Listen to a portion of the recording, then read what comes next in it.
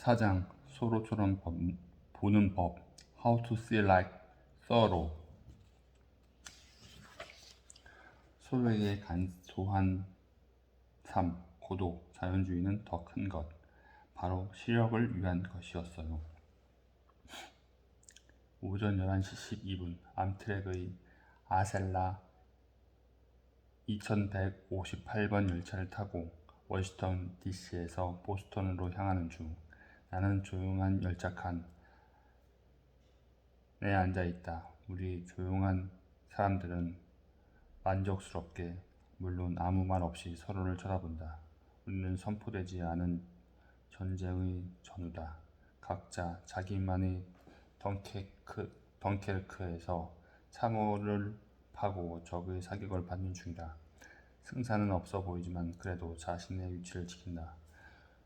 조용한 열차칸은 최고로 문명화된 문명사회이자 바깥의 야만스러운 소란을 막아주는 방어벽이다. 헛된 노력이다. 암트랙이 명한 도서관 같은 분위기를 해치는 제멋대로인 승객 몇 명에게 안녕이 무성의하게 주의를 주는 걸 보면 말이다. 우리 조용한 사람들은 사실 이번 전투가 이미 글렀음을 알고 있다. 게다가 이곳에 흐르는 적막함은 외부의 현상일 뿐이다. 우리 머릿속의 데시벨 수치는 상당히 높다. 고용한 절망의 삶이란 이런 것이다. 이런 삶은 오로지 겉모습만 고용하다. 어쨌거나 지금은 전부 중요치 않다. 나에게는 몇 권의 책이 있고 마음을 안정시켜주는 나의 노트와 펜이 있기 때문이다. 갑자기 열차가 요동치고 스테인리스 스틸로 정교하게 만든 일본의 미이자 심미적 완벽함과 인체공학적 완벽함이 절묘하게 어우러진 내 펜이 사라져 버린다. 나는 좌석 아래를, 좌석 주위를, 좌석 속을 뒤진다. 내 발로 바닥에 엎드려 놀라울 만큼 복잡한 구조를 가진 좌석 안쪽을 헤집는다. 이 마지막 노력이 옆에 앉은 몇몇 승객의 눈길을 끌지만 질책하는 사람은 아무도 없다. 정해진 데시벨 수치 내에서 아주 신중하게 작전을 수행했기 때문이다. 결국 펜을 찾지 못한다. 나답지 않게도 아무렇지 않다. 열차의 리드미컬한 움직임이 마음을 고요하게 가라앉혀주고 옆으로는 풍경이 흘러 지나간다. 늦봄의 하늘에 마구 묻어있는 하얀 무게구름, 넓은 서스퀘어 해나강, 코네티컷과 로드아일랜드의 고급스러운 해변 마을, 지금 내 앞에 보이는 것들이다. 아니, 적어도 나는 그렇게 생각한다. 철학책을 충분히 오래 읽어보라. 곧 아무것도 확신할 수 없게 될 테니. 어떤 사람은 소로로 태어나고 어떤 사람은 소로가 되니는 대성공한다. 대부분은 억지로 소로를 떠안는다. 나는 중학교 3학년 때 소로를 억지로 떠안았다. 나는 소로처럼 할 수 없었고 할 수 있다 해도 그러지 않았을 것이다. 앞에서 말했듯이 나는 자연인이 아니다. 내 삶은 간소함의 모범이 못 된다. 은둔하려는 성향이 있긴 하지만 은둔을 한다면 호텔방에서 하고 싶지, 수도시설과 빵빵 터지는 와이파이가 없는 좁은 오두막집에서 하고 싶진 않다. 나는 즉시 월든을 내 머릿속에 시베리아로 유배시켰고, 그곳에서 월든은 모비딕과 카라마조프카의 형제들 적분학과 만났다. 콩코드로 떠나기 몇 주 전 우연히 뉴요커에서 소로에 관한 글을 읽었다. 글의 제목은 호수의 찌꺼기였는데 제목에서 상상할 수 있듯 내 머릿속에서 콩코드 은둔자의 지위를 회복시키는 데에는 별 도움이 되지 않았다. 이 글을 쓴 캐슬리 슐츠는 인간을 혐오하는 인정머리 없는 괴짜의 모습을 묘사하며 글을 시작한다. 그러고 나서 장갑을 벗고 본격적인 공격에 나선다. 하지만 소로가 살던 시대에처럼 통근 열차가 콩코드 역에 진입할 때 나는 열린 마음을 유지하기로 마음먹는다. 내가 철학 연구에서 배운 게 있다면 그건 첫인상은 틀릴 때가 많다는 것이다. 의심은 필수다. 의심은 우리를 하나의 확신에서 또 다른 확신으로 옮겨주는 버스다. 아주 천천히 모든 정류장에 정차하는 버스. 콩코드에 도착할 때 내게는 계획이 있었다. 이번 장의 제목은 소로처럼 홀로 사는 법이나 소로처럼 간소하게 사는 법 또는 호수의 찌꺼기 기사에서 폭로한 소로의 위선을 감안해 소로처럼 직접 구운 쿠키를 먹으려고 엄마 집에 몰래 들어가면서 홀로 간소하게 사는 척하는 법이 될 것이었다. 어쨌거나 고립되어 보겠다는 소로의 실험은 그리 고립된 것이 아니었다. 콩코드 공립도서관 안으로 한 발짝 들어가니 작은 마을의 평범한 도서관이 아니다. 어떻게 그럴 수 있겠는가? 콩코드는 평범한 작은 마을이 아닌데 소설가 헨리 제임스가 미국에서 가장 큰 작은 곳이라고 부른 콩코드는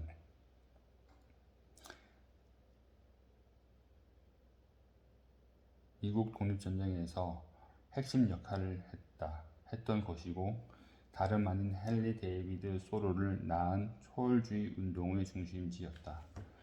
소로는 콩코드에서 태어났고 하버드 재학 시절과 뉴욕에서 보낸 짧은 시간을 제외하면 평생을 콩코드에 살았다. 소로는 콩코드를 사랑했다. 친구들은 파리에 한번 가보라고 소로를 설득했지만 소로는 거부했다. 메인주와 캐나다로 여행을 갔을 때조차 소로는 늘 콩코드와 함께였다. 나는 부츠와 모자에 콩코드의 흙을 넣어 가지고 다닌다. 나 또한 콩코드의 흙으로 만들어진 사람이 아닌가. 모든 좋은 도서관과 마찬가지로 콩코드 공립도서관 역시 풍부한 독서 공간을 제공한다. 초월주의의 동굴이라는 이름의 공간에 들어간다. 초월주의 운동의 위인들이 대리석에 갇혀 가만히 나를 내려다본다. 랠프 월도 에머슨과 아모스 브로슨 울콧이 있고 당연히 소로가 있다. 반신상 속의 소로는 수염을 기르고 두꺼운 안경을 쓴 말년의 모습이다. 인상이 좋아 보인다. 이 좋은 인상은 호수의 찌꺼기 같은 어두운 내면을 감추기 위한 가면일까? 도서관에서 진열해 놓은 소로가 가장 좋아하는 책들을 보면 몇 가지 단서를 알 수 있다. 마르쿠스처럼 소로 역시 지혜를 찾아 헤맸다. 소로는 이렇게 썼다. 내가 아이디어를 어디서 얻는지, 무엇이 그런 아이디어를 시사하는지를 나는 조금도 신경 쓰지 않는다. 소로는 고대 그리스 로마 책을 읽었고 노노와 바가바드 기타처럼 더 이국적인 맛에도 도전했다. 탁월한 채집가였던 소로는 인도와 중국의 문헌을 처음으로 파고든 서구 철학자 중 한 명이었다. 좋은 철학은 좋은 전구처럼 방안을 환히 밝힌다. 전구가 방안을 밝혀주는 한, 나의 방안을 밝혀주는 한 어디서 만들어졌는지, 가격이 얼마인지, 몇 와트짜리인지, 수명은 얼마나 되는지, 어떤 과학적 원리가 숨어 있는지 같은 것은 전혀 중요치 않다. 소로가 동양으로 눈을 돌린 이유는 평범했다. 인생의 위기 1837년이었다. 소로는 당시 관습이었던 체벌을 거부한다는 이유로 콩코드 학교의 교사직에서 막 해고된 참이었다. 무일푼에 갈 곳도 없었다. 그때 우연히 책 한 권을 만났다. 1000페이지에 달하는 무려 영국령 인도에 관한 역사적, 기술적 해설이라는 제목의 책이었다. 소로는 묵묵히 책을 읽어내며 보석을 캐냈다. 책 속에 있는 생경하고도 친숙한 아이디어들이 천천히 소로의 마음을 파고들었다. 소로는 친구에게 보내는 책 편지에 이렇게 썼다. 어느 정도는 아주 가끔이지만 나 또한 요가 수행자다. 내 생각에 소로는 요가 수행자보다는 사냐시에 더 가깝다. 힌두교 전통에서 사냐시는 가족으로서의 의무를 내던진 사람으로 모든 재화를 포기하고 오로지 영적인 삶을 살기 위해 숲에 틀어박힌다. 모퉁이를 돌다가 특별 전시를 담당하는 레슬리 윌슨과 거의 부딪힐 뻔한다. 레슬리는 키가 크고 늘씬하며 무언가를 살피는 듯한 초롱초롱한 눈을 가졌다. 그 모습이 좋다. 레슬리가 수십 년간 소로와 함께 살아오면서 소로에게 질리지 않았다는 것이 좋다. 소로에게 감탄하면서도 무조건적으로 미워하지 않는다는 점이 좋다. 레슬리는 자신이 매일매일 윌든 호수로 우리로 이동하는 수많은 순례자들, 팬들, 괴짜들의 질문을 답해준다고 말한다. 누가 봐도 그들에게 필요 없어 보이는 고독의 신전에 떼지어 몰려가는 아이러니. 레슬리는 윌든에서 특별한 게 하나도 없다고 말한다. 그저 모기가 득실거리는 늪구덩이에요. 레슬리는 늪구덩이를 길게 발음하면서도 레슬리는 늪구덩이를 길게 발음하면서 단어들이 혀를 위를 굴러다니게 한다. 그리고 신성모독의 달콤함을 음미한다. 윌드는 전혀 멋진 곳이 아니에요. 레슬리의 말을 믿지 못한다면 소로의 뜻을 이해하지 못하는 것이다. 장소는 우리가 그 장소를 특별하게 만드는 만큼만 특별해진다. 윌든에 오지 마시고 소로라면 자신의 21세기 팬들을 꾸짖었을 것이다. 자신만의 윌든을 찾으시오. 직접 만든다면 더더욱 좋고. 위슬리는 근처에 있는 금고로 사라졌다가 비닐에 싸둔 종이 뭉치를 들고 들어온다. 소로의 에세이 산책의 원본이다. 글씨가 시원시원한 야생적이다. 소로는 그 말을 좋아한다. 야생에는 세 개가 보존되어 있다. 소로는 말했다. 야생, 황야로 잘못 인용되는 경우가 많다. 그건 소로의 의도와는 다르다. 황야는 저 바깥에 존재한다. 야생은 우리 안에 있다. 야생은 강하고 완고하다. 소로의 원고를 더 자세히 살펴보다가 수정한 부분을 발견한다. 예를 들면 소로는 이른 오후를 여름날 이른 오후로 수정했다. 작은 차이지만 소로에게는 그런 작은 것이 중요했다. 너무 깐깐한 사람이어서가 아니라 그런 디테일 안에서 신까지는 아니어도 분명 아름다움의 원천을 찾았기 때문이다. 나는 보통 세무조사나 생식기에 생긴 혹을 거론할 때를 대비해 아껴두는 외교적 수완을 발휘해 호수의 찌꺼기 얘기를 꺼낸다. 그렇다. 레슬리도 그 글을 읽었다. 콩코드에 사는 모든 사람이 읽었다. 레슬리는 부당하지만 완전히 틀린 기사는 아니라고 말한다. 그리고 뉴 잉글랜드 특유의 절제된 표현으로 덧붙인다. 소로는 좋아하기 쉬운 남자는 아니었다고. 윌든의 영웅이자 미국 설화에 사랑받는 아이콘, 환경주의의 주창자, 문화의 거성인 헨리 데이비드 소로는 개자식이었다. 소로를 아는 모두가 그렇게 말했다. 너세니얼 호소는 소로에게 무쇠로 만든 부들갱이처럼 뻣뻣한 완고함이 있다고 말했다. 다른 사람들은 호손만큼 친절하지 않았다. 소설가 헨리 제임스의 철학자 윌리엄 제임스의 아버지인 헨리 제임스 시니어는 소로는 평생 내가 만난 그 누구보다도 유치하고 개념 없고 뻔뻔한 이기주의자라고 했다. 소로가 받는 혹독한 비난은 주로 위선에 관한 것이다. 소로는 숲속에서 홀로 자족하는 척하면서 몰래 엄마 집에 들러 파이를 먹고 빨래를 맡겼다. 그건 사실이다. 소로는 많은 사람이 생각하는 것만큼 웰든에 고립되어 살지 않았다. 엄마의 요리를 먹으려고 또한 우체국과 카페에 들르려고 종종 걸어서 30분 거리에 있는 마을로 향했다. 그렇다면 웰든은 사기인가? 미국 전역의 중학교 3학년생은 그동안 사기만 당한 것인가? 나는 그렇게 생각하지 않는다. 소로는 사회와의 끈을 전부 끊어버려야 한다고 주장하지 않았다. 소로는 마을로의 나들이나 오두막집에 방문한 손님을 숨기지 않는다.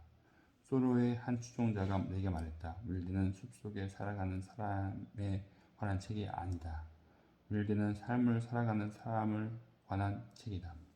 소로의 심술궂은 성격에 관해서라면 소로는 유죄가 맞다.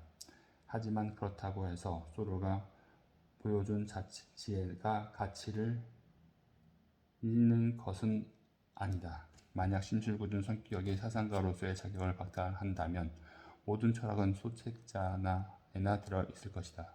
내가 철학에 실용적으로 접근하고 있음을 레슬리에게 알리고 소로는 어떤 방법으로 다루는 게 좋을지 묻는다.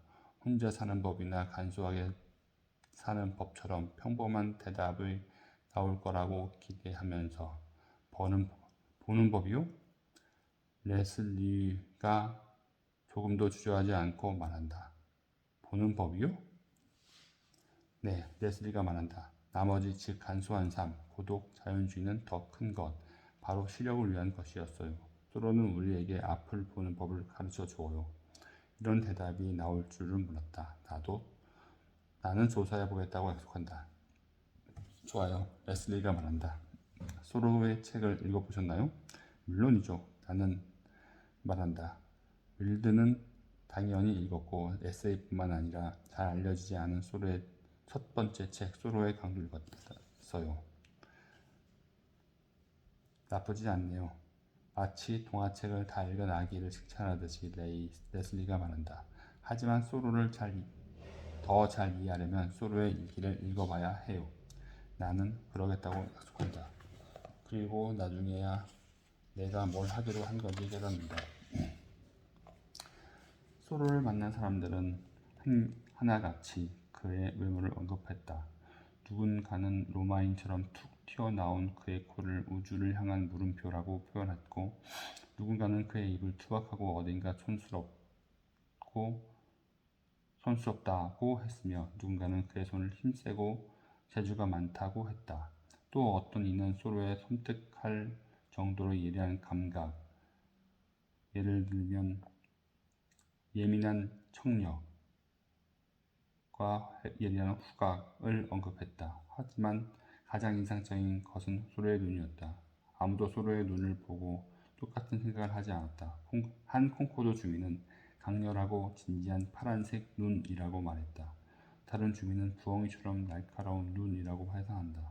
또 한 사람은 그 커다란 눈을 처음 보고 지독하게 겁을 집어먹었다고 말한다. 소로의 시력은 가히 직설적이었다. 필급 보기만 해도 나무의 높이나 송아지의 무게를 가늠할 수 있었다. 눈으로만 보고 연필 한 무더기에서 정확히 12자리를 집어냈다. 땅속에 파묻힌 인디언 화살촉을 찾아내는 재주도 뛰어났다. 소로는 발에 화살촉을 차올리며 이렇게 말하곤 했다. 여기 하나 있네. 감각과 관련해서 철학자들은 보통 두 파로 나뉜다. 먼저 이상주의 학파는 감각을 불신한다. 오로지 우리의 지력과 그 지력이 가진 타고난 지식만이 동굴 안에 있는 우리의 빛을 이끌 수 있다. 이성주의자인 데카르트는 코기토 에르고 숨이라는 유명한 말을 남겼다. 나는 생각한다. 그러므로 나는 존재한다. 또 다른 학파인 경험주의는 감각을 신뢰할 수 있으며 오로지 우리의 감각을 통해서만 이 세상을 알 수 있다고 믿는다. 소로는 이런 인식론적 난자에 엮이길 거부했다. 그는 이렇게 주장했다. 신뢰할 수 있든 없든 간에 감각은 우리가 가진 전부인데 최대한 잘 사용하면 되지 않나? 소로의 철학은 내가 보는 것이 곧 나라는 아웃사이드인 철학이었다. 소로는 초월주의자로 간주된다. 철학 사조 중 하나인 초월주의는 다음 다섯 어절로 표현할 수 있다. 보이지 않는 것에 대한 믿음. 하지만 소로는 보이는 것을 더 굳게 믿었다. 실제의 본성보다는 자연의 실제에 더 관심이 있었다. 정말 눈에 보이는 것이 전부가 아닐까? 그럴 수도. 하지만 눈에 보이는 것은 상당히 경이로우니 거기로부터 시작해보자. 소로는 지식보다 시력을 훨씬 더 중요하게 여겼다. 지식은 언제나 잠정적이고 불완전하다. 오늘의 확신은 내일의 헛소리다. 그게 무엇인지 누가 말할 수 있는가? 우리가 말할 수 있는 건 내가 그것을 어떻게 보는지 뿐이다. 우리는 정확히 어떤 방식으로 볼까? 대부분의 사진 모델을 떠올릴 것이다. 우리는 자신의 눈이 마치 카메라처럼 세상의 이미지를 포착한 뒤 우리의 뇌로 전달한다고 생각한다. 우리의 눈은 예를 들면 우리 앞에 있는 머그컵을 찍는다. 좋은 모델이다. 하지만 틀린 모델이기도 하다. 본다는 것은 사진보다는 언어에 더 가깝다. 우리는 세상을 보는 게 아니라 세상과 대화를 나눈다. 저게 뭐지? 머그컵처럼 보이지 않아? 내가 데이터베이스를 확인해 본 다음에 알려줄게. 맞네? 머그컵이 맞아. 우리는 우리 앞에 있는 머그컵을 보지 않는다. 그 대신 우리 앞에 머그컵이 있다고 스스로에게 말을 한다. 머그컵은 그저 우리의 눈과 뇌에 전자기파를 보낼 뿐이다. 이 미가공 데이터로부터 우리는 정보를, 그 다음엔 의미를 창출해낸다. 가끔 우리는 의미를 너무 빨리 창출한다. 어쩌면 머그컵처럼 보이는 저 물체는 완전히 다른 것일 수 있다. 물건과 사람을 너무 빨리 정의 내리면 그것들의 유일무이함을 보지 못할 위험이 있다. 소로는 그러한 경향을 경계했다. 보편 법칙을 너무 성급하게 끌어내지 말 것. 소로는 스스로에게 이렇게 말한다. 특수한 사례를 더 명확하게 들여다볼 것. 눈앞에 보이는 것을 바로 규정하지 않고 기다리면 더 많은 것을 보게 된다. 소로는 그 속도를 엉금엉금 기어가는 수준으로 낮추었다. 추측과 결론 사이의 틈, 보는 것과 본 것 사이의 틈을 최대한 길게 늘렸다. 소로는 더 오래 머무르라고 스스로에게 몇 번이고 상기시킨다. 그는 이렇게 말했다. 아주 오랜 시간 들여다봐야만 볼 수 있다. 보는 것은 주관적이다. 과학자들이 말하는 어디에도 속하지 않는 객관적 시각은 소로의 흥미를 끌 만한 풍경이 아니었다. 무엇인가가 진정으로 목격되려면 반드시 어딘가에서 누군가에게 바라봐져야만 한다. 소로는 이렇게 적었다. 관찰이 흥미로워지려면, 즉 중요한 의미를 가지려면 반드시 주관적이어야 한다. 아름다움을 개인적으로 판단하지 않기란 불가능하다. 핏빛, 노을, 수많은 별들의 수놓인 잉크처럼 새까만 밤하늘, 전부 개인적 의견이다. 철학자 로저 스크런튼이 말했다. 그런 아름다움을 위한 공간이 있는 세상에 당신을 위한 공간도 있다. 소로에게 보는 것과 느끼는 것은 밀접한 관련이 있었다. 소로는 느끼지 않고는 보지 못했다. 어떻게 느끼느냐가 어떻게 보느냐뿐만 아니라 무엇을 보느냐도 결정했다. 소로에게 보는 것은 감정적인 뿐만 아니라 상호적인 행위였다. 예를 들어 장미를 보면 소로는 장미와 대화를 주고받았고 어떤 면에서는 협력하기도 했다. 이상하게 들린다는 것, 다소 미친 사람처럼 보인다는 것 안다. 하지만 많은 예술가들이 비슷한 경험을 이야기한다. 이들은 어떤 대상을 볼 때 그 대상도 자신을 쳐다본다고 느낀다. 이들 모두가 미칠 것일 리가는 없다. 의미를 읽으세요.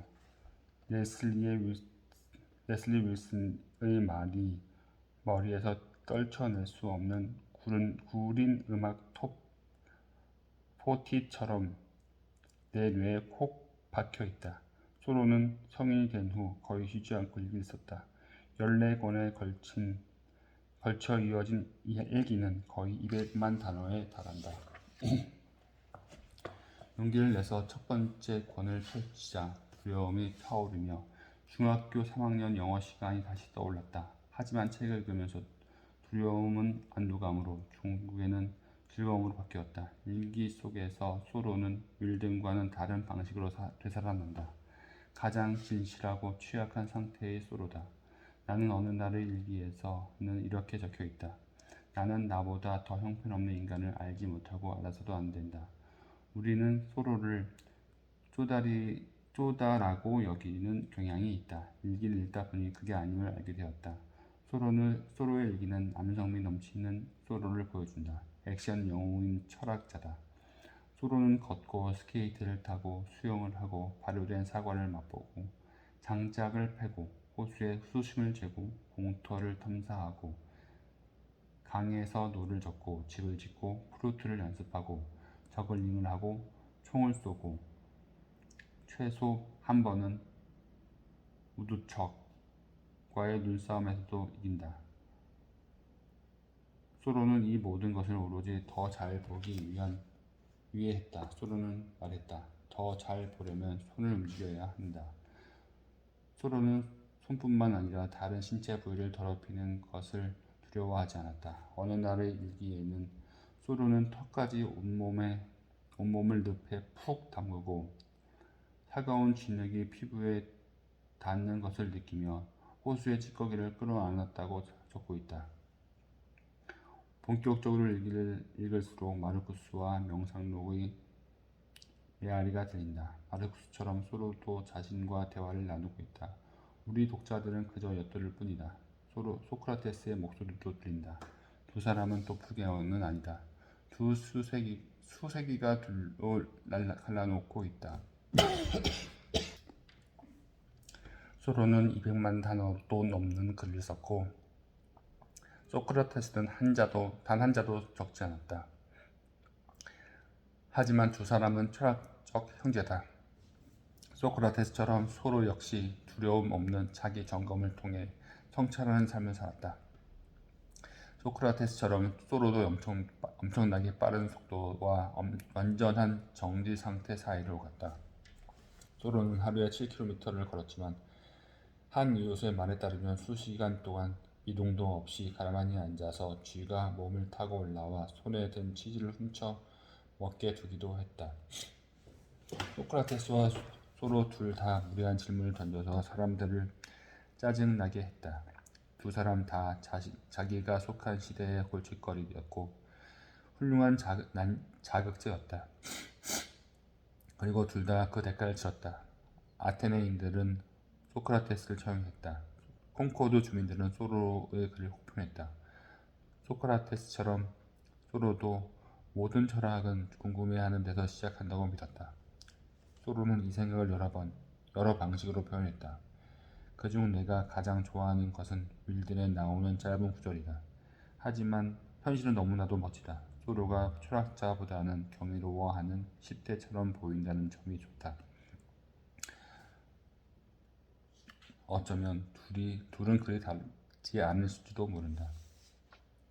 소로가 그토록 애정을 담아 글을 썼던 콩코드의 흙은 오늘날 눈앞에서 아주 깔끔하게 치워져 있다. 21세기의 콩코드는 엄선한 와인을 들여놓은 가게와 점잖은 카페가 있고 따뜻한 봄날에는 공작새처럼 화려하게 옷을 차려입은 사람들이 값비싼 자전거를 타고 달리는 귀여운 뉴 잉글랜드 마을이다. 화려한 옷을 헝클어진 머리를 한 소로가 돌아다닌다면 조심스럽긴 하지만 날카로운 시선을 받을 만한 그런 곳이다. 그래도 이 말은 해야 한다. 콩코드는 역사를 잘 간직하고 있다. 모든 것이 적당하다. 뉴 잉글랜드식 절제다. 심지어 드럭스토어, 라이트 에이드와 스타벅스조차 고상하면서 적당히 현대적인 건물을 자랑한다. 물론 마을에서 가장 이름난 아들은 마땅한 대우를 받고 있다. 콩코드에는 소로가와 소로 학교가 있다. 소로 클럽이라는 이름의 피트니스 센터도 있다. 소로 워터파크나 소로 왁스 박물관은 없다. 6월 20일은 하지다. 잘 보는 기술에 대해 숙고하기 좋은 날이다.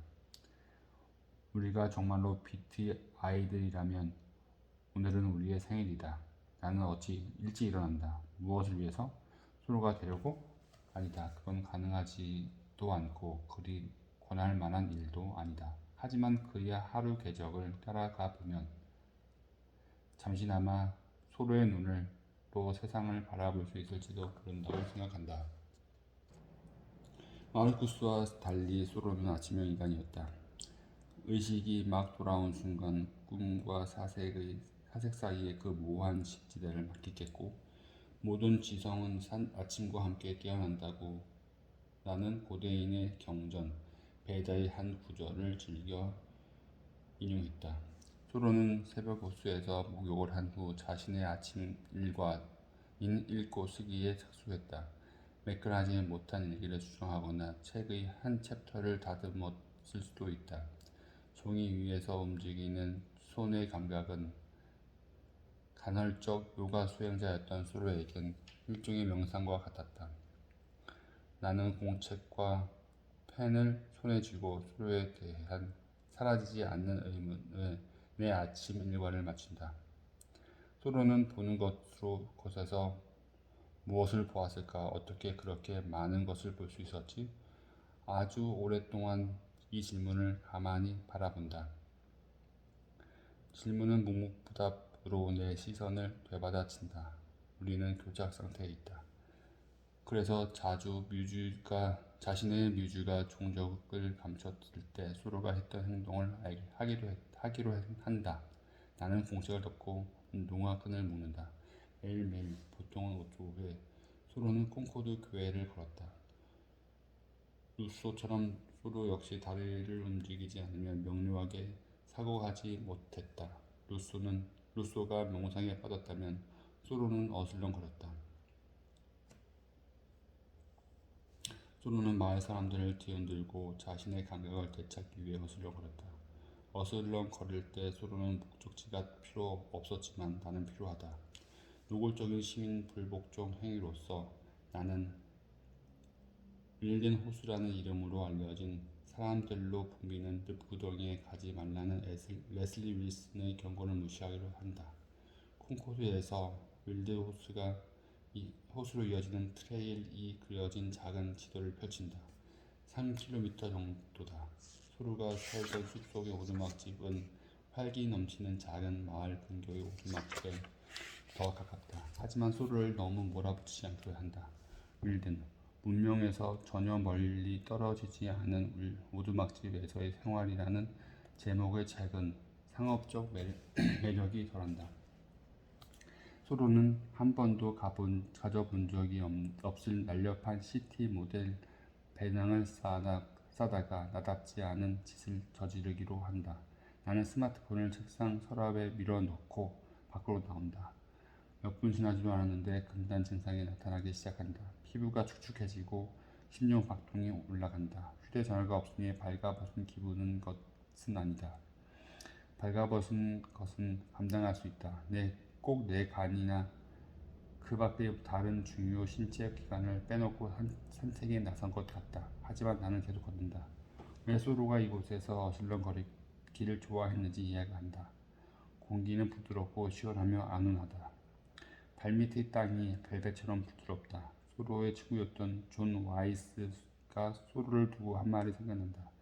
소로는 대지와 자기 사이에 대단한 의견이라고 오가고 있는 것처럼 걸었다.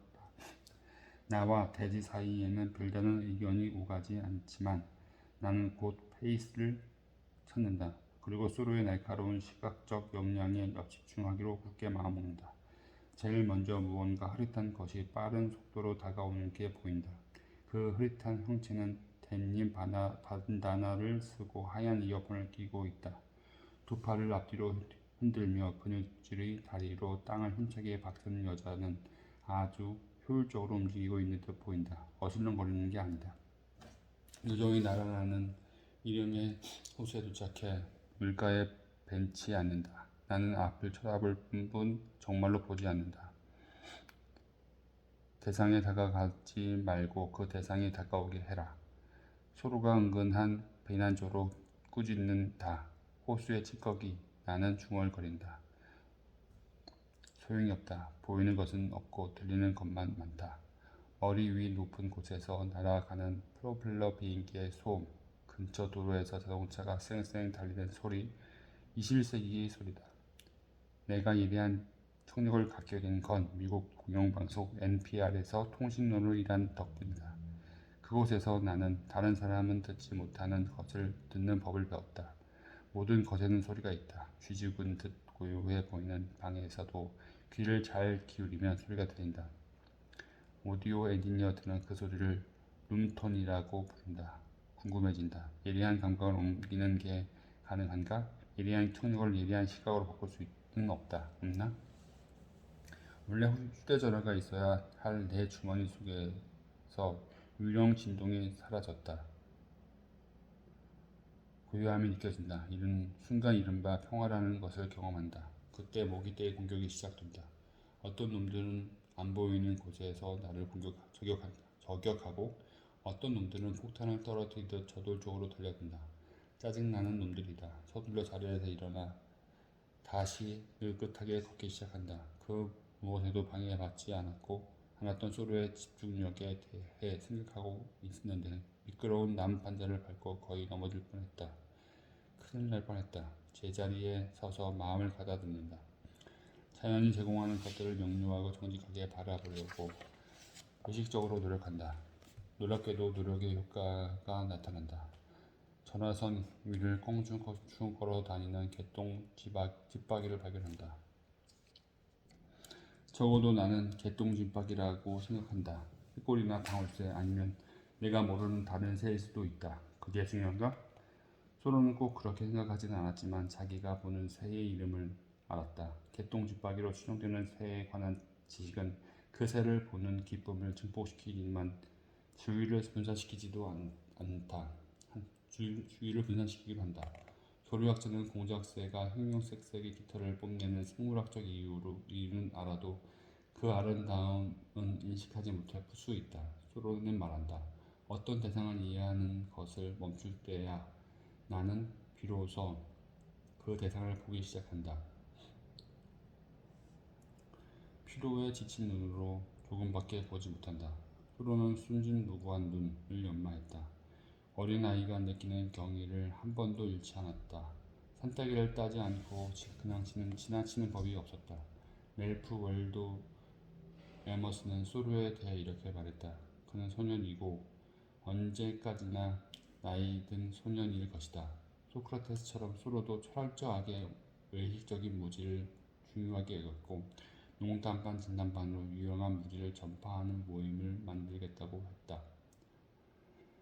인류는 아름다움을 설명하기 훨씬 전부터 아름다움을 창조해왔다. 호메로스는 문학 이론에 대해 전혀 아는 바가 없었다. 1만 7천여 년 전 라스코 동굴 벽을 장식한 이름 없는 예술가들이 미술사 수업을 들였다면 분명 낙제했을 것이다. 아름다움은 이해한 것이다. 본 것이 더 좋다. 고맙게도 모기떼는 흩어지고 야심만만하게 달리는 사람도 저 멀리 사라졌다. 하지만 개똥집박이는 지친 기색 없이 아직도 전화선 위를 총총 돌아다닌다. 훌륭하네. 나는 생각한다. 하지만 물든 호수가 기다리고 있다. 다시 걷기로 한다. 몇 발 걷다가 멈춘다. 왜 서두르지? 시각적 추측 메커니즘이 자동 작동하기 때문이다. 나의 뇌는 어떤 생명체, 아마도 개똥집박이가 전화선 위를 총총 뛰어다니고 있다고 가정한다. 뇌는 순간적으로 이 추측을 받아들이고 보고서를 제출한다. 아마도 개똥집박이가 새다운 귀여운 행동을 하고 있군. 그래, 자연이야. 넌 완전히 존 뮤어잖아. 그럼 우리 이제 가도 될까? 소리가 그랬던 것처럼 더 느긋하게 머물러 보려 한다. 가끔은 주변을 살피거나 탐구하지 말고 무언가를 열심히 보려 하지 말고 온전히 자유롭게 걸어야 한다. 소로는 거북이 축축한 모래에 알을 낳거나 돛이 바람을 펄럭이는 모습을 보면서 어렵지 않게 수시간을 보낼 수 있었다. 한 번은 엄마 오리가 새끼 오리들에게 강에 대해 알려주는 모습을 지켜보고 그 오리 이야기로 아이들을 즐겁게 해주느라 하루 종일을 보낸 적도 있었다. 하지만 아이들이 멋지다고 생각하는 것을 어른들은 이상하다고 여기곤 한다. 머리라는 이름의 한 농부는 소로가 미동도 없이 제자리에 서서 호수를 바라보고 있었던 것을 다음과 같이 회상한다. 나는 멈춰서서 소로 쪽을 바라보고 말했지. 데이비드, 할리, 무얼 하고 있는 거요? 그런데 내 쪽으로 고개도 안 돌리는 거야. 하늘의 별에 대해 생각하고 있는 것처럼 계속 그 호수를 쳐다보면서 이렇게 말하더군. 머리 씨, 저는 황소개구리의 습성을 연구하고 있는 겁니다. 그 머저리 같은 자식은 하루 종일 거기 서서 황소개구리의 습성을 연구하고 있었던 거요. 소로처럼 천천히 보기란 쉬운 일이 아니다. 시각은 가장 속도가 빠른 감각, 예를 들어 미각보다 훨씬 빠른 감각이다. 음미하다와 비슷한 시각 관련 단어는 없다. 나는 보는데 게으른 사람이다. 내 시선의 대상은 모든 일을 다 해주길 바란다. 경치, 한번 나를 황홀하게 해봐. 제기랄, 아름다워지라고. 그 대상이 예를 들면 알프스 산맥이나 모네의 그림이 내 말도 안 되는 기대에 못 미치면 나는 내가 아닌 그 대상을 탓한다. 소로는 다르게 생각했다. 아름다움에 익숙한 사람은 스테이지장에서도 아름다움을 찾아내지만 손잡기 선수는 낙원에서도 흠을 찾아낸다. 숲속 공터에 도착한다. 소로의 오두막집에 있던 곳이다. 부지 주위에 연철로 만든 울타리에 둘러싸여 있고 바닥에 돌로 표시가 되어 있다. 금속판에는 이렇게 쓰여 있다. 돌로 표시된 곳이 소로가 살던 오두막집의 터다. 1845년에서 1847년 자발적으로 고독에 뛰어든 역사상 가장 훌륭한 실험의 부지는 당연히 붐빈다. 한 여성이 커다란 스타벅스 컵을 든 채 휴대전화에 대고 무어라 소리를 지르고 있다.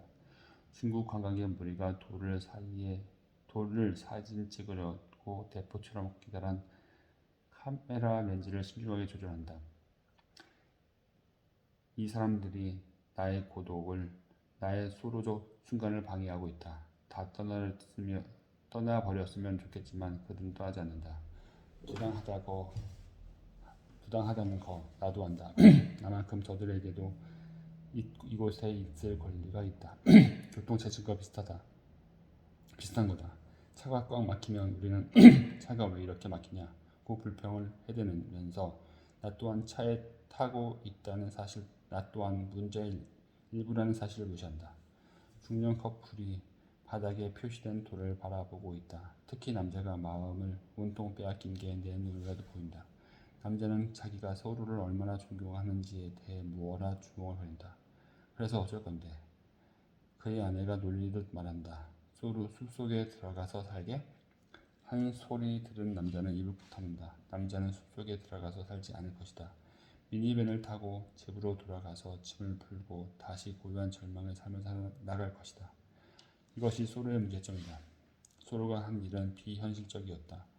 우리는 전부 때려치우고 숲속에 들어가서 살 수 없다. 근처에서 엄마의 요리를 먹을 수 있다 해도 마찬가지다.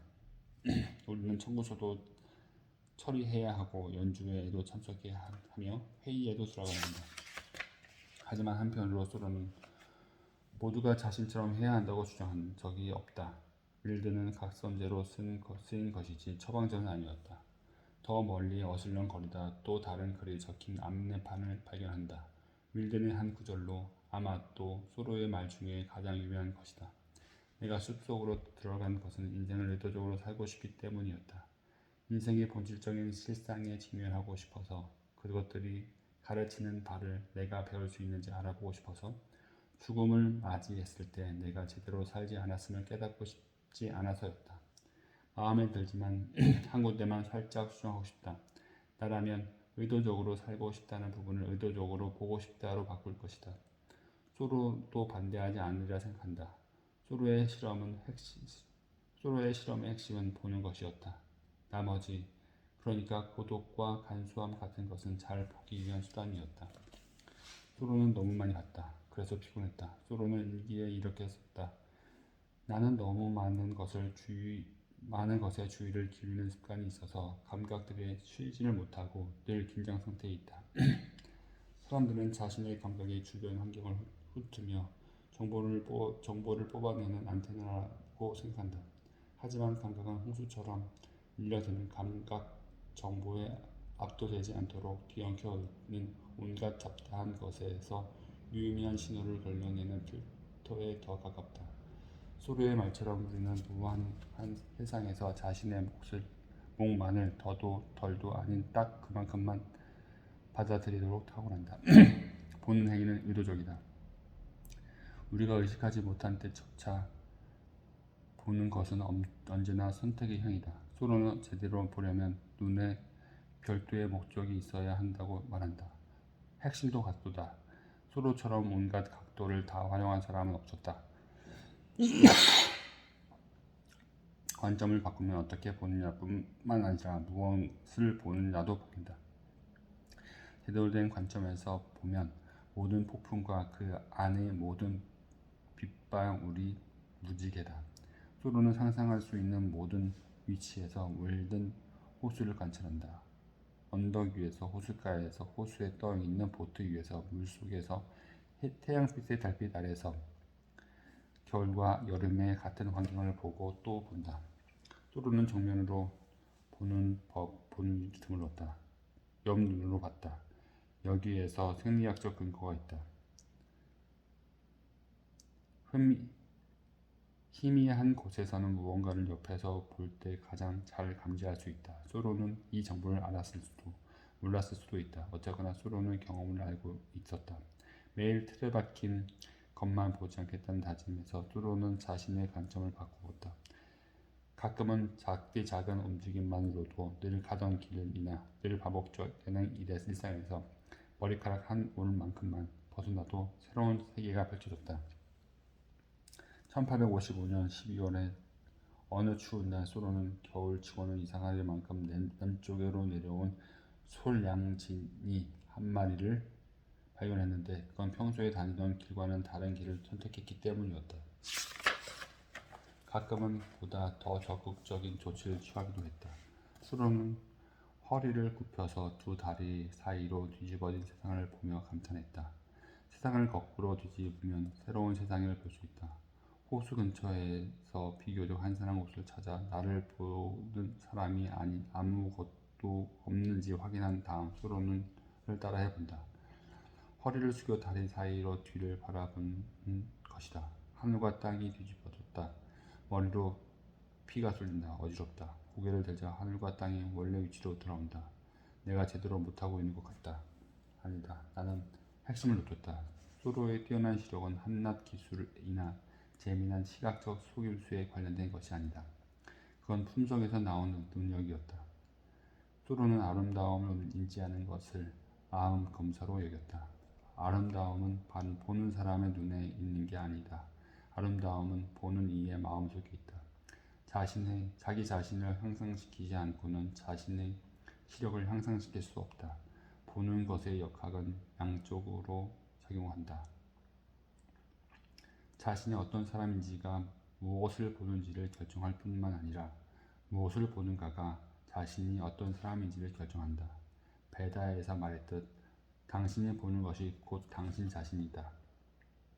레슬리 윌슨이 말이 올랐다. 물론 물든 호수는 나무가 늘어서 있고 하지의 햇빛 아래 물이 반짝이는 멋진 호수다. 하지만 어쨌거나 호수는 호수일 뿐이다. 그리 평화롭다고 할 수 없다.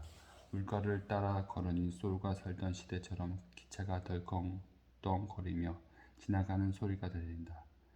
소로가 살던 시대는 철도가 급성장하던 시대였다. 오두막집에 있으면 어느 농부의 발 위를 날아가는 매의 울음소리 같은 기관차의 경적 소리를 들을 수 있었다. 소로는 이 최신 기술의 복잡한 감정을 느꼈다. 한편으로 소로는 기관차의 무지막지한 힘의 경외감을 느꼈다. 하지만 철도가 익숙한 리듬을 무너뜨릴까봐 두려워하기도 했다. 한때는 태양을 보고 시간을 파악하던 농부들이 이제는 보스턴에서 오는 오후 2시 열차를 보고 시계를 맞췄다. 밀든 숲의 나무들은 베이저 기관차의 연료로 쓰였다. 소로는 다음과 같이 결론을 내린다. 우리가 기차 위에 올라타는 것이 아니다. 기차가 우리 위에 올라타는 것이다. 밀든 호수 관광 안내소에 도착하니 소로의 오르막집을 작게 축소한 모형이 있다. 내가 이상한 것처럼 보다 훌륭하다. 제대로 된 A-프레임 구조의 화목 난로와 책상, 지하실로 이루어진 작은 문, 의자와 함께 작지만 편안해 보이는 침대, 남쪽으로 나와 있는 커다란 창문이 있다. 베르사유 궁전은 아니지만 쓰레기장도 아니다. 닉이라는 이름의 안전요원인 투어를 진행하고 있다. 투어 진행이 처음인 것 같지는 않지만 소를 향한 진심 어린 열정이 진부한 장광설일 수도 있었던 내용에 생기를 불어넣는다. 나는 소로의 추종자들에게 이런 경향이 있음을 알게 되었다. 지나친 익숙함에 반사적으로 따라오곤 하는 냉소를 억제하는 무언가가 헨리에게는 있다. 닉이 준비한 설명을 마친 후 질문을 받는다. 질문이 속사포처럼 쏟아진다. 오두막집을 짓는데 돈이 얼마나 들었나요? 28달러 12.5센트 들었습니다. 못이 가장 값비싼 재료였어요. 소로는 하루 종일 뭘 했죠? 읽고 썼습니다. 왜 그런 거예요? 한 10대가 믿지 못하겠다는 듯 묻는다. 마치 소로가 몇 년간 숲속에서 산 것이 아니라 수백만 달러를 횡령하거나 위험한 종교 집단에라도 들어간 것처럼 간소한 삶을 살아보려는 시도였습니다. 닉이 말한다. 게다가 소로는 28세였어요. 자기 엄마 아빠에게 도망쳐야 했죠. 질문한 10대가 고개를 끄덕거리는 걸 보니 대답이 마음에 든 게 분명하다. 소로는 실제로 자기가 먹을 것을 직접 기르면서 간소한 삶을 살았다. 그리드라는 것이 존재하기 전에 그리드 바깥에서 살았다. 하지만 소로의 목적은 간소함 그 자체이지 않았다. 동양에 관심이 많았던 소로는 오두막집에서 일종의 종화를 경험하고 있었다. 인식의 렌즈를 깨끗하게 닦는 행위였다. 프랑스 철학자 미셸 푸코는 우리가 스스로를 알매 민감하게 만들어야 한다고 했었다. 소로는 월든에서 자유롭게 떠돌면서 스스로를 봄에 민감하게 만들었다. 소로는 어디에도 매여 있지 않을 때, 자신과 빛 사이에 아무것도 없을 때 가장 잘 볼 수 있음을 알았다. 소로는 본인을 어려운 문제를 만났을 때 비본질적인 것들은 다 쳐내고 문제의 핵심으로 치고 들어가는 수학자에 비유했다. 소로는 피상적이었다. 좋은 의미에서 하는 말이다. 피상적이라는 표현은 억울한 누명을 쓴다. 종종 얄팍하다라는 표현과 동의어로 사용되지만 두 단어는 다르다. 얄팍한 것은 깊이가 부족한 것이다. 피상적인 것은 깊이가 분산된 것이다. 무한한 세상에서는 자기 몫이 얇지만 매우 넓게 퍼져나간다. 왜 우리는 겉모습을 비방하는가? 소로는 궁금했다. 표면에 대한 인식은 감각의 기적과도 같은 영향을 미칠 것이다. 여기서 소로가 가만히 응시하지 않는 이유를 알 수 있다. 소로는 훑어보았다. 소로의 눈은 꽃가루를 찾는 호박벌처럼 처음엔 여기, 다음엔 저기에 있는 다양한 대상에 내려앉았다. 소로는 이를 눈의 어슬렁거림이라 칭했다. 인간이 훑어보는 것은 다른 동물들이 코를 킁킁 대는 것과 같은 이유다. 주변 환경을 탐색하는 방식은 것이다. 훑어보다 보면 뜻밖의 경위를 만나기도 한다. 표면이라는 단어와 놀라운 소식이라는 단어는 어근이 같다.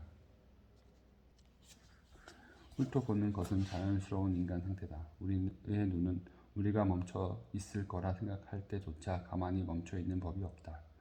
눈은 도약 안구 운동이라는 빠른 움직임을 수행하면서 그 사이사이에 아주 잠깐 동안만 멈춘다. 우리의 눈은 보통 1초에 최소 3번 움직인다. 하루에는 대략 10만 번 움직이는 셈이다. 훑어보는 것은 도움이 된다. 3코스 식사를 준비할 때나 비행기를 조종할 때 쓸모가 있다. 나는 옛날에 자가용 조종사 자격증을 땄다. 많이 잊어버렸지만 그래도 한 가지 기술은 내 안에 남아있다. 바로 계기판 스캔이다. 쳐다보지 마세요. 강사가 소리를 빽 질렀다. 스캔하세요. 고독의 비행 속도계, 인공 수평계, 계기 하나에 1초에서 2초가 양식선을 걷었다가 바로 움직인다. 눈과 주위를 계속 이동시킬 것. 조종기사가 계속 계기 하나를 계속 응시하면 곤란한 상황에 빠진다. 고도계를 응시하면 방향이 틀어진다. 방향이 흔들린다. 방향에 집중하면 비행 속도가 오락가락한다. 스캔. 값진 교훈이다. 우리는 응시할 때보다 훑어 볼 때 더 많은 것을 볼 수 있다. 모래가 깔린 밀된 호숫가를 따라 다시 걷기 시작한다. 수심이 가팔라 수용에 적합하지 않다는 경고문이 붙어있다. 밀대는 완벽한 호수가 아니지만 아름다기 위해 완벽할 필요는 없으며 심지어 실용적일 필요도 없다. 소로는 종종 자연의 결함 속에서 아름다움을 보았다. 평온한 9월 오후에 물든 호수를 바라보던 소로는 물 위에 떠 있는 티끌 몇 개를 제외하면 수면이 완벽하게 매끄럽다는 사실을 알게 된다. 사람들은 흠이라고 여겼을지 모르지만 소로는 거기에서 유리의 결함처럼 순수하고 아름다운 것을 보았다. 윌덴에서 소로는 오두막집 근처에서 우연히 썩어가는 마을의 서체를 본 이야기를 전한다. 소로는 그것이 역겹지 않았고 오히려 이상하게 마음이 안정되었으며 심지어 아름다움까지 느꼈다. 그것은 자연의 격치였다. 자신만의 윌든을 찾으라는 소로의 충고에 대해 쭉 생각해왔다. 나는 소로의 윌든이 그리 마음에 들지 않았다. 모기도 관광객도 너무 많았다. 에어컨도 없고 커피도 없었다. 나만의 윌든 좋지. 하지만 어디서? 다음날 나는 이 질문을 제프 크레이머에게 던졌다. 그는 윌든 숲 프로젝트에서 소장품 큐레이션을 맡고 있다. 탄탄한 몸에 빡빡 깎은 머리와 깔끔하게 다듬은 수염을 가진 제프는 소로에 늦게 입문했다. 그는 보스턴 공립도서관에서의 편안한 일자리를 그만두고 콩코드를 이사했다. 제프는 믿음이 가는 소로 추종자다. 나는 그를 신뢰한다. 자기가 가장 좋아하는 소로의 글귀를 말하는 모습이 특히 좋다. 내가 아니라면 누구란 말인가. 나도 내가 되고 싶다. 진짜다. 하지만 더 나은 덜 우울한 내가 되고 싶다. 소로의 눈을 가진 소로의 추종자가 되고 싶다. 어디서 어떻게 봐야 하는지를 배우고 싶다. 장소가 중요한 인간인 나에게 그들은 불가분이다. 어떻게든 어디서는 어떻게다.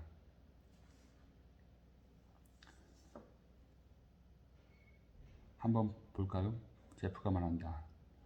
노스브리지를 건너서 왼쪽 방향으로 숲을 가로지르면 숲? 나무하고 벌레가 있는 그 숲말인가요? 그렇죠. 다른 의견은 없나요? 사우스 리버 브리지에 가서 카누를 빌 수도 있어요. 카누요? 그 보트 같은 거요? 예, 그렇죠. 다른 의견은 없나요? 슬리피 할로도 상당히 평화로운 곳이에요. 거기 뭐지 아니에요? 맞아요. 다른 건 없나요? 형, 스타벅스에 갈 수도 있죠. 계속 말해보세요. 스타벅스에 가서 밀든이나 소로 일기를 읽는 거예요. 스타벅스요? 진심이에요? 네, 중요한 건 소로의 글이잖아요. 소로는 우리 주변에 있는 모든 땅에서 영감을 받았어요. 그게 소로를 소로답게 만드는 데 도움이 되긴 하지만 당신을 당신답게 하는 데에는 도움이 안 될 수도 있죠. 제프의 생각이 마음에 든다. 소로가 살던 시절의 콩쿠르에도 카페가 있었고 소로는 카페의 단골 손님이었다. 게다가 다른 지혜정한 지혜처럼 소로의 지혜도 휴대 가능하다면 값비싼 음료를 홀짝홀짝 마시는 것도 마음 숲속에서 불편하게 지내는 것만큼이나 도움이 될 것이다. 윌든이고 뭐고 나는 스타벅스로 간다. 일찍 일어나 소로 키트를 배낭에 싼다. 그리고 콩코드의 한 스타벅스로 어슬렁어슬렁 걸어간다. 적당히 콩코드스러운 곳에서 나는 스타벅스의 비에 빛은 조금 더 부드럽고 가구는 조금 더 세련되었다. 그럼에도 스타벅스는 스타벅스다. 그럼에도 윌든이 호수이듯이. 평범한 블랙커피를 시키고 커다란 가죽 의자에 털썩 기대 앉아 헨리의 책을 열린다. 소로가 내게 말한다. 아름다움은 이식되는 곳에 있다. 여기 스타벅스에서도요. 주변을 둘러보지만 아름다움은 없다. 반사적으로 나의 환경, 나의 윌던을 탓한다. 나 자신을 붙잡아 보인다. 너무 수동적으로 굴지 마. 아름다움이 안 보이면 네가 만들어. 상상력을 이용하고 하라고 감각을 끌어올려봐.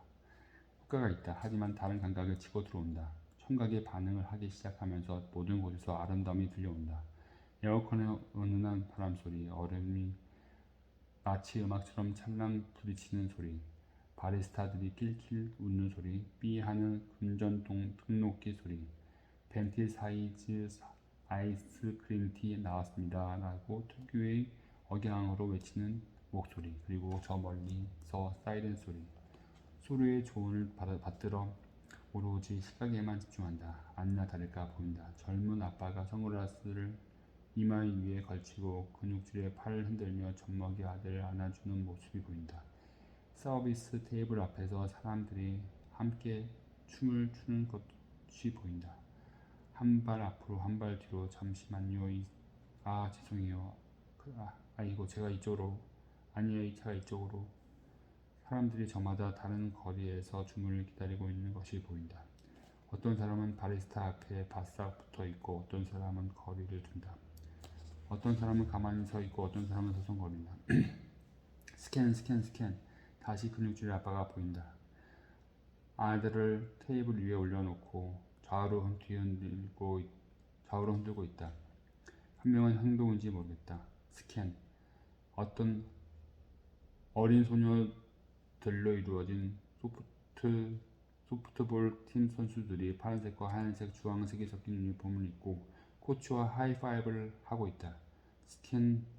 내 옆에 있는 남자가 몽테뉴를 읽고 있다. 남자는 내가 소로를 읽는 것을 보고 격려의 뜻으로 고개를 끄덕인다. 물론 아주 조심스럽게. 콩코드는 잉글랜드의 조용한 열차칸이다. 수시간 쉬는다.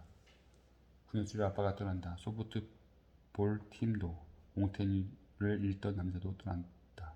하지만 나는 여전히 이곳에 남아 주변을 훑어보고 있다. 소로의 다른 기술을 사용해 본다. 위치를 바꾸어서 잠시 입구 옆에 서 있다가 밭쪽으로 어슬렁어슬렁 걸어갔다가 고개를 옆으로 돌려본다. 허리를 숙여 다리 사이로 뒤를 봐볼까도 생각하지만 그러지 않기로 한다. 소로의 마을인 이곳 콩코드에서는 그건 좀 너무한 행동이다. 몇 시간 뒤 몽테뉴를 읽던 남자가 돌아온다. 내가 여전히 같은 의자에 앉아 같은 책을 읽는 것을 보고 이렇게 말한다. 여기 정말 오래 계시네요. 사실은요. 내가 새로워진 두 눈으로 그를 올려다보며 말한다.